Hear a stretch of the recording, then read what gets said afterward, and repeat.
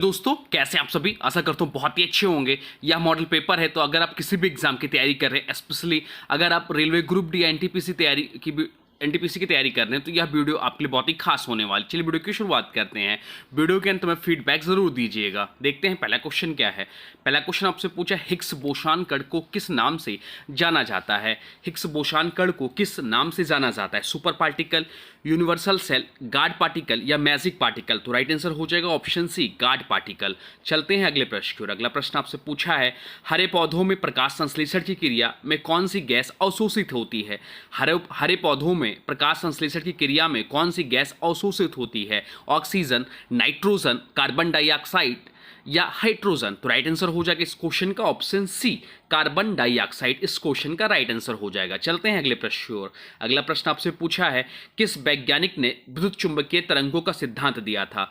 किस वैज्ञानिक ने विद्युत चुंबकीय तरंगों का सिद्धांत दिया था। तो राइट आंसर जो हो जाएगा वो हो जाएगा option B, James Clerk Maxwell ने विद्युत चुंबकीय तरंगों का सिद्धांत दिया था। चलते हैं अगले प्रश्न की ओर। अगला प्रश्न आपसे पूछा है, निम्न में से कौन सी किरण सबसे अधिक आयनीकरण शक्ति रखती है। निम्न में से कौन सी किरण सबसे अधिक आयनीकरण शक्ति रखती है। आपके ऑप्शन है अल्फा किरणें, बीटा किरणें, गामा किरणें या एक्स किरणें। तो इसका जो राइट आंसर हो जाएगा वो हो जाएगा ऑप्शन सी, गामा किरणें। चलते हैं अगले क्वेश्चन की ओर। अगला क्वेश्चन आपसे पूछा है, रदरफोर्ड के प्रयोग में किस कण का प्रयोग किया गया था। रदरफोर्ड के प्रयोग में किस कण का प्रयोग किया गया था। तो इस क्वेश्चन का जो राइट आंसर हो जाएगा वो हो जाएगा अल्फा कण का प्रयोग किया गया था। राइट आंसर हो जाएगा ऑप्शन डी। चलते हैं अगले प्रश्न की ओर। अगला प्रश्न आपसे पूछा है, सापेक्षता का सिद्धांत किसने दिया था। सापेक्षता का सिद्धांत किसने दिया था। सापेक्षता का सिद्धांत जो दिया था अल्बर्ट आइंस्टीन ने दिया था। अल्बर्ट आइंस्टीन ने सापेक्षता का सिद्धांत दिया था। चलते हैं अगले प्रश्न की ओर। अगला प्रश्न आपसे पूछा है, किस प्रक्रिया में न्यूट्रॉन प्रोटॉन में परिवर्तित होता है। किस प्रक्रिया में न्यूट्रॉन जो होता है वह प्रोटॉन में परिवर्तित होता है। तो इस क्वेश्चन का राइट आंसर हो जाएगा ऑप्शन बी, बीटा ऋणात्मक क्षय प्रक्रिया में। चलते हैं अगले क्वेश्चन की ओर। अगला क्वेश्चन आपसे पूछा है, सबसे कम तरंग दैर्घ्य किस विकिरण में होती है। सबसे कम तरंग दैर्घ्य किस विकिरण में होती है। तो राइट आंसर हो जाएगा ऑप्शन सी, गामा किरणों में होती है। चलते हैं अगले प्रश्न की ओर। अगला प्रश्न आपसे पूछा है, किस तापमान पर सेल्सियस और फ़ारेनहाइट बराबर होते हैं। किस तापमान पर सेल्सियस और फ़ारेनहाइट बराबर होते हैं। तो इस क्वेश्चन का जो राइट आंसर हो जाएगा वो हो जाएगा ऑप्शन ए, -40 डिग्री सेल्सियस तापमान पर सेल्सियस और फ़ारेनहाइट जो होता है वो बराबर होता है। चलते हैं अगले क्वेश्चन की ओर। अगला क्वेश्चन आपसे पूछा है, क्वांटम सिद्धांत का जनक किसे कहा जाता है। क्वांटम सिद्धांत का जनक किसे कहा जाता है। तो मैक्स प्लांक को क्वांटम सिद्धांत का जनक कहा जाता है। इंपॉर्टेंट मार्क कर लीजिएगा कि एग्जाम में क्वेश्चन पूछता है। चलते हैं अगले क्वेश्चन की ओर। अगला क्वेश्चन आपसे पूछा है, महात्मा बुद्ध को ज्ञान कहाँ प्राप्त हुआ था। महात्मा बुद्ध को ज्ञान कहाँ प्राप्त हुआ था। लुम्बिनी में, सारनाथ में, बोधगया में या कुशीनगर में। तो राइट आंसर जो हो जाएगा वो हो जाएगा ऑप्शन सी, बोधगया में। चलते हैं अगले क्वेश्चन की ओर। अगला क्वेश्चन आपसे पूछा है, बुलर झील भारत में किस राज्य या केंद्र शासित प्रदेश में स्थित है। बुलर झील जो कि भारत में ताजे पानी का सबसे बड़ा झील है। तो आपसे पूछा है किस राज्य या केंद्र शासित प्रदेश में है। हिमाचल प्रदेश में, उत्तराखंड में है, लद्दाख में, जम्मू कश्मीर में। तो राइट आंसर हो जाएगा ऑप्शन डी, जम्मू कश्मीर केंद्र शासित प्रदेश में है बुलर झील। चलते हैं अगले क्वेश्चन की ओर। अगला क्वेश्चन आपसे पूछा है, राष्ट्रीय विज्ञान दिवस कब मनाया जाता है। राष्ट्रीय विज्ञान दिवस कब मनाया जाता है। राष्ट्रीय विज्ञान दिवस जो मनाया जाता है वह 28 फरवरी को मनाया जाता है। 28 फरवरी को राष्ट्रीय विज्ञान दिवस मनाया जाता है। चलते हैं अगले क्वेश्चन की ओर। अगला क्वेश्चन आपसे पूछा, गंगा नदी को बांग्लादेश में किस नाम से जाना जाता है। गंगा नदी को बांग्लादेश में किस नाम से जाना जाता है। तो राइट आंसर हो जाएगा ऑप्शन ए, पद्मा नाम के नाम से जाना जाता है। गंगा नदी को बांग्लादेश में पद्मा के नाम से जाना जाता है। भारत में यह 5 राज्यों में से बहती है, जिसकी लंबाई कुल 2525 किलोमीटर है। चलते हैं अगले क्वेश्चन की ओर। अगला क्वेश्चन आपसे पूछा है, पृथ्वी की बहन किस ग्रह को कहा जाता है। पृथ्वी की बहन किस ग्रह को कहा जाता है। तो राइट आंसर हो जाएगा ऑप्शन सी, शुक्र ग्रह को पृथ्वी का ग्रह कहा जाता है। इसे मॉर्निंग स्टार या इवनिंग स्टार भी कहा जाता है, यह भी ध्यान रखिएगा।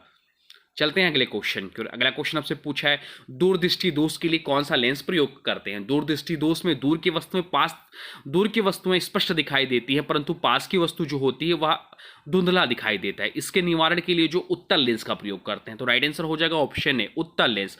अवतल लेंस का प्रयोग जो करते हैं वह निकट दृष्टि दोष के लिए करते हैं। निकट दृष्टि दोष के लिए अवतल लेंस का प्रयोग करते हैं। चलते हैं अगले क्वेश्चन की ओर। अगला क्वेश्चन आपसे पूछा है, जादू टोना वाला वेद कौन सा है। जादू टोना वाला वेद कौन सा है? तो जादू टोना वाला जो वेद है वो अथर्ववेद है। अथर्ववेद जो है वह जादू टोना वाला वेद है। वेदों की संख्या 4 है, ऋग्वेद, सामवेद, यजुर्वेद, अर्थवेद। सबसे पुराना वेद जो है ऋग्वेद है। कई बार पूछता है। संगीत वाला वेद जो है वह सामवेद है। चलते हैं अगले क्वेश्चन की ओर। अगला क्वेश्चन आपसे पूछा है पंडित जवाहरलाल नेहरू की समाधि का क्या नाम है? पंडित जवाहरलाल नेहरू की समाधि का क्या नाम है? तो पंडित जवाहरलाल नेहरू की समाधि का नाम जो है वह शांतिवन है। शांतिवन पंडित जवाहरलाल नेहरू की समाधि का नाम है। चलते हैं अगले क्वेश्चन की ओर। अगला क्वेश्चन आपसे पूछा है दूरबीन का आविष्कार किसने किया था? दूरबीन का आविष्कार किसने किया था? गैलीलियो ने, आइजैक न्यूटन ने, जॉन हॉपकिंस ने या रॉबर्ट हुक ने? तो राइट आंसर जो हो जाएगा वो हो जाएगा ऑप्शन है, गैलीलियो गैलीली ने दूरबीन का आविष्कार किया था। चलते हैं अगले क्वेश्चन की ओर। अगला क्वेश्चन आपसे पूछा है शक संवत की शुरुआत कब हुई थी? शक संवत की शुरुआत कब हुई थी? तो 78 ईस्वी में शक संवत की शुरुआत हुई। तो राइट आंसर हो जाएगा इस क्वेश्चन का ऑप्शन है। चलते हैं अगले प्रश्न की ओर। अगला प्रश्न आपसे पूछा है धुआंधार जलप्रपात किस नदी पर स्थित है? धुआंधार जलप्रपात जो है वह किस नदी पर स्थित है? नर्मदा नदी पर, माही नदी पर, ताप्ती नदी पर या बेतवा नदी पर? तो राइट आंसर हो जाएगा ऑप्शन ए, नर्मदा नदी पर जो है धुआंधार जलप्रपात स्थित है। चलते हैं अगले क्वेश्चन की ओर। अगला क्वेश्चन आपसे पूछा है सीमांत गांधी के उपनाम से कौन जाने जाते हैं? सीमांत गांधी के उपनाम से कौन जाने जाते हैं? तो इस क्वेश्चन का राइट आंसर हो जाएगा ऑप्शन बी, खान अब्दुल गफ्फार खान को सीमांत गांधी के नाम से जाने जाती है। ये पहले ऐसे गैर भारतीय हैं जिन्हें भारत रत्न पुरस्कार मिला है, यह भी ध्यान रखिएगा।